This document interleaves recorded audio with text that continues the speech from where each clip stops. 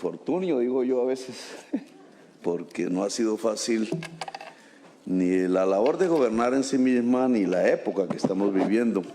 Todas las épocas traen sus especificidades, pero esta es especial. Y incluso viejas formas de pensar, ciertos dogmas a veces, cierto aislamiento del mundo, porque al final pues vivimos en un sitio, en un lugar, y a veces no vemos el universo. Nos pueden alejar de ser eficaces, de acercarnos más a eso que llamamos victoria, que no es más que seguir viviendo, porque al final la vida es un fluir, decían antes, un fluir contradictorio, siempre habrá contradicción, y el fluir nos va acercando a algún destino que cada vez se va alejando más, porque al final no se trata de llegar al destino, sino de fluir, y de ver, de sentir, y de ver, y de experimentar que es en el fluir que se vive. Y se dejaría de vivir si eso no es así. Y la historia es un fluir, ya lo sabemos, cuando a lo largo de los años pues van pasando las circunstancias. Esas músicas las escuchaba yo allá cuando era un muchacho casi adolescente, y veíamos desde Colombia lo que acontecía en Chile en ese entonces. Y como jóvenes, incluso, tenía 13 años cuando el golpe, lo dije aquí en la Casa de la Moneda, nunca creí que iba a estar en la Casa de la Moneda hace un tiempo, porque me prometí, igual que con García Márquez, que no iba a volver si había dictadura. Él volvió, hay que decirlo, incumplió, pero yo no.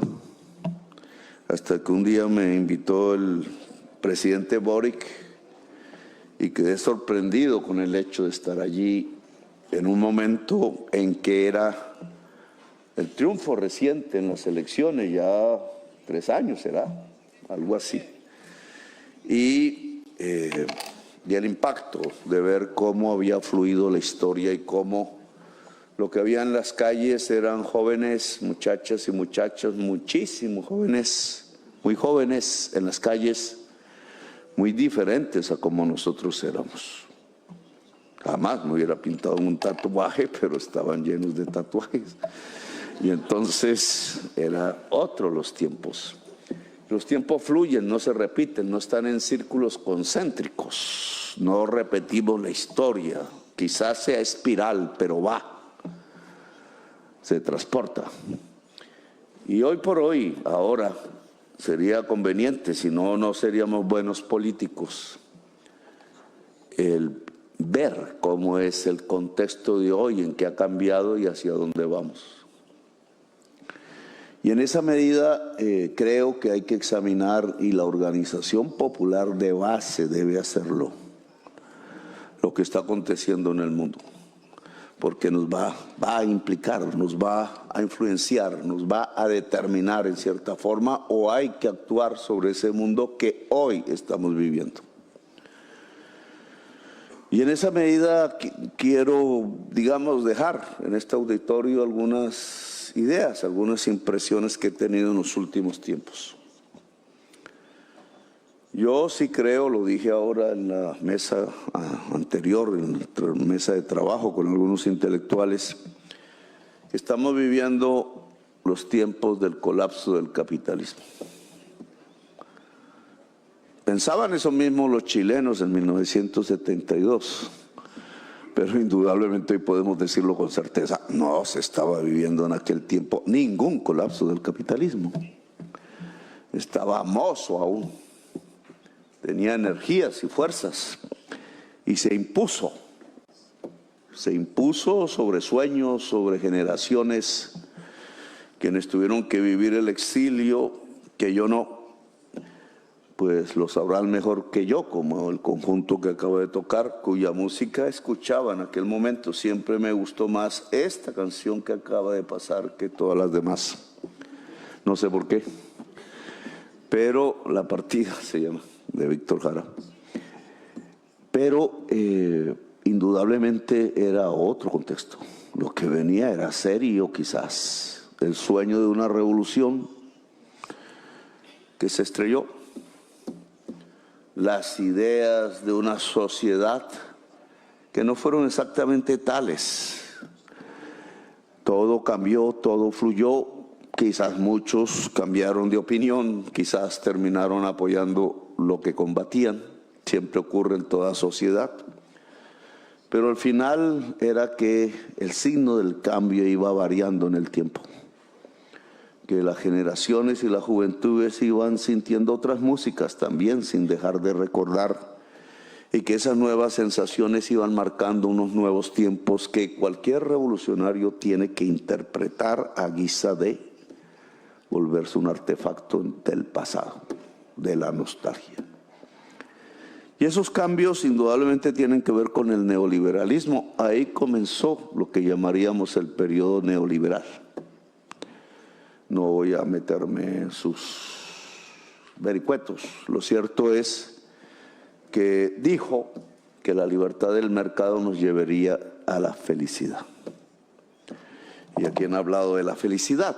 Eso dijo el neoliberalismo, que simplemente si dejábamos actuar el mercado, y Chile fue el ejemplo para todos los latinoamericanos y para buena parte del mundo, que si dejábamos libremente el mercado actuar, la gente sería más feliz y tendría más bienestar.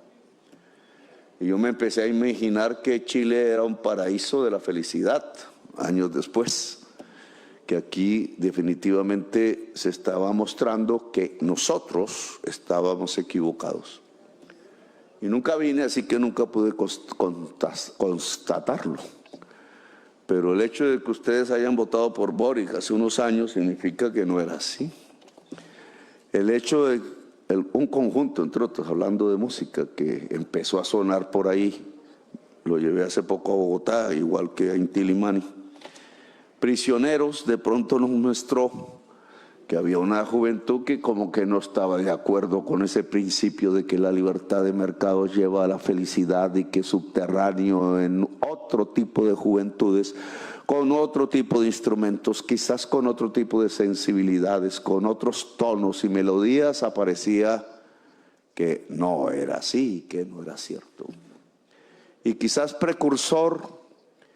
Lo cierto es que con el estallido social, el de ustedes, que estalló un poquito antes que el nuestro, casi al mismo tiempo, creo que fueron concomitantes, en América Latina empezó a aparecer algo que definitivamente nos decía que las cosas no estaban bien. Y las cosas no están bien ni en América Latina ni en el mundo. Y que nos estamos aproximando a unos tiempos, o ya los estamos viviendo, muy difíciles. No sé si mejores, más difíciles que aquellas dictaduras militares que aparecieron en esos años 70. Yo le tenía mucho susto a lo que veía por radio, oía por radio de la dictadura militar chilena. Pero resultamos nosotros metidos en una cosa peor. 60.000 desaparecidos. 200.000 muertos. Y no era por política, era por codicia. Y una sociedad que se desintegraba y que ya había sido cantada en palabras en los 100 años de soledad. 100 años de soledad es una sociedad que se mata a sí misma. En el propio centro de la belleza y de la exuberancia vital, los seres humanos nos matábamos. A veces por venganza, decía Gabriel García Márquez, muchísimas veces por simple y pura codicia. Algo así como la expresión del libre mercado en una sociedad latinoamericana a la sociedad colombiana. Luego no nos llevaba a la felicidad, como decía Balras y los teóricos de la economía moderna, sino que nos llevaba al cementerio. Y nosotros mismos decidimos que no. Y estallaron las juventudes, las mismas que yo veía con tatuajes y a veces criticaba, porque yo no tengo ninguno, eso no se usaba en mi época. Resultaron saliendo en multitudes a las calles durante un mes, durante 2 meses, durante casi 3 meses, haciéndose matar literalmente. ¿Por qué? Por dignidad. Ellos decían, porque simplemente queremos vivir y no podemos así como estamos. Y entonces una especie de lucha por la vida empezaba a ocupar el espacio de lo que antes nosotros mismos habíamos llamado una lucha de clases. Sí, por ahí aparecía la lucha de clases, indudablemente, pero la contradicción no era entre obreros y patronos en Colombia. La contradicción era entre la codicia y la vida. El deseo de vivir impulsó el cambio y entonces fue cierto el fluir. Y gracias a eso y incluso a muchos centenares, miles de jovencitos presos y de muchos que murieron por decenas, en esas jornadas es que yo me volví presidente de pronto. Habíamos luchado mucho y algo teníamos que decir, pero sin eso no hubiera existido un cambio político en Colombia. Y existió para sorpresa de muchos. ¿Cómo? En Colombia, si nunca ha existido eso, si son 2 siglos de oligarquía. Si en Colombia es que se ha construido las políticas del arrodillamiento, de sujetarse a una diplomacia que no es la nuestra y que siempre iba quizás en forma de traición hacia el resto de los pueblos, que abrazaba a Pinochet en vez de abrazar a Allende. Y sin embargo fue ahí donde los jóvenes hicieron un cambio. ¿Hacia dónde y por qué? Y a veces, aunque no tengo las respuestas completas, a veces habría que mirar entonces cuáles son los conflictos y las contradicciones que hoy llevan a generaciones enteras a buscar una transformación en los tiempos del hoy. Y creo que por lo menos hay una que nos pone a pensar. Indudablemente el capital no es el mismo del 72. Indudablemente la promesa de ser felices a través del mercado hoy es imposible. Los balances del hoy, lo decía el Papa Francisco, o las mismas reuniones de ricos en Davos, Suiza, pude ir a una. A la segunda fui, pero invitaron a Milei y lo pusieron de rey de la reunión. Entonces ya de tercera me dio vaina y no volví. Y ya no volví, porque si Milei es el que dirige intelectualmente a los más ricos del mundo, pues este mundo va camino a... Allá ellos. Allá ellos. Lo cierto es que la primera en la que asistí me sorprendió que captaban una realidad que incluso la misma población aún no había captado. En eso se adelantaban. Hablaron, a ver si me recuerdo, de la multicrisis. Y yo dije esa palabra, multicrisis. Y las mencionaron allí los más ricos del mundo. Incluso uno levantó una pancarta en protesta y decía, ¿y por qué no me cobran impuestos a mí? Un rebelde de los mega ricos. Y la multicrisis consistía en crisis del hambre, crisis de la enfermedad, había acabado de pasar el COVID, crisis de la guerra, empezaba la guerra de Ucrania, crisis de la desigualdad y crisis económica, multicrisis por todas partes. Pero la crisis real, en el fondo de todas ellas y determinando todas ellas, y lo mencionaron, es la crisis climática.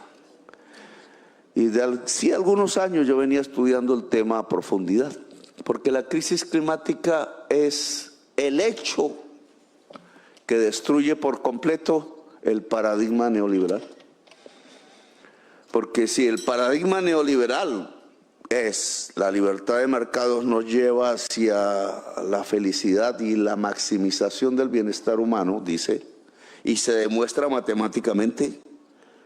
Es interesante la demostración matemática, es linda.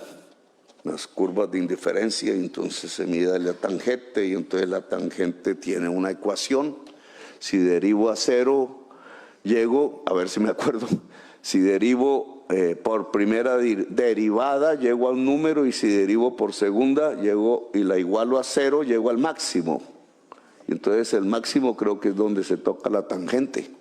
Y ahí donde la curva de indiferencia toca la tangente, entonces es el máximo de bienestar individual. Y si multiplico por todos los individuos, pues llegué al máximo de bienestar social. Algo así era, no me acuerdo bien. Bonito, porque se puede demostrar en números. Y si se demuestra en números y da, según todo el paradigma científico del siglo XX, pues entonces es que es verdad. Porque la matemática es el criterio de verificación en la ciencia. Pues no fue cierto. En vez de llegar a la maximización del bienestar, llegamos al borde de la extinción. Todo lo contrario. Y ese es el mensaje de hoy, que ya casi nadie oculta. Obviamente hubo formas de ocultar, y aún hoy la extrema derecha se encarga de negar, a ver si la gente no mira arriba, como es la película. No estamos al borde de la maximización de la felicidad en el mundo, como nos prometieron. Estamos al borde de la extinción. Y si estamos al borde de la extinción, casi que no tenemos que perder mucho tiempo en teorías, filosofías, etcétera. Algunos lo perdemos. Tenemos que salvar la vida. Y no solamente para nosotros, sino para nuestros hijos y para nuestros nietos. Y salvar la vida hoy, no solamente ir al mercado a ver si se consigue algo para sostenernos. No es saber si el empleo es un poco estable para garantizar el colegio o el arriendo o la atención médica. Garantizar la vida hoy es que el capital no domine más. Porque si el capital domina más, llena la atmósfera de CO2. Y si llena la atmósfera de CO2, vivamos en Nueva York, vivamos en Bogotá o en Cartagena o en Santiago de Chile o en Shanghái, el clima cobrará la vida de muchos, y cada vez más, y cada vez más, y cada vez más, hasta tener la certeza de que es la especie humana la amenazada. Que el cuento de que el progreso era una flecha ascendente, interminable e infinita, no era cierto. Que mis hijos vivirán peor que yo y mis nietos si no cambio las actuales circunstancias. Y creo que eso, sin decirlo así como lo digo, fue lo que sintió cada jovencito, cada jovencita en su adolescencia, en su momento de esplendor y de florecimiento, que le querían impedir, y por eso los estallidos. Y por eso estos cambios políticos, que apenas son los primeros. Y por eso se va a revolucionar el mundo. Porque al lado del colapso del capitalismo, que puede llevar a la humanidad a la muerte toda, le dicen omnicidio, la muerte de todo lo viviente, entonces la vida reacciona con su energía. Energía vital. ¿Cómo se mide en física la energía vital? Einstein no encontró la fórmula. Puso una general, energía igual a masa por velocidad al cuadrado, creo que es. ¿Y la vital cómo se mide? Por la masa de todos nosotros, por el pensamiento de todos nosotros, por el corazón junto de todos nosotros. ¿Cómo se mide la energía del corazón junto? ¿Y cómo se denomina la energía del corazón junto? Y aquí un pastor hacía una pregunta, creo que tú. ¿La energía del corazón junto se llama amor o no? Y entonces estamos llegando a un punto en donde podríamos decir que el amor es una energía, y que quizás es la energía fundamental de la vida, por lo menos en los mamíferos y obvio en nosotros, y que la única manera de producir una transformación y un cambio es que al enfrentar la energía oscura del capital que trata de extinguir, la única fórmula de resistencia que tenemos, pero quizás más poderosa, es enfrentarla a la energía del amor vital de toda la humanidad. Y entonces el problema no es como pensaba Chile en 1970, que es el capital contra el trabajo, sino como creo que hoy es la contradicción fundamental, que es la humanidad, la vida contra el capital. Y por eso estamos aquí aún reunidos y cada organización popular, creo, tiene que reflexionar sobre este tema y cómo desde lo local, lo puntual, se puede ayudar a esta gran convergencia humana para juntar los corazones y los cerebros en una gran transformación mundial. Gracias, muy amables por haberme escuchado.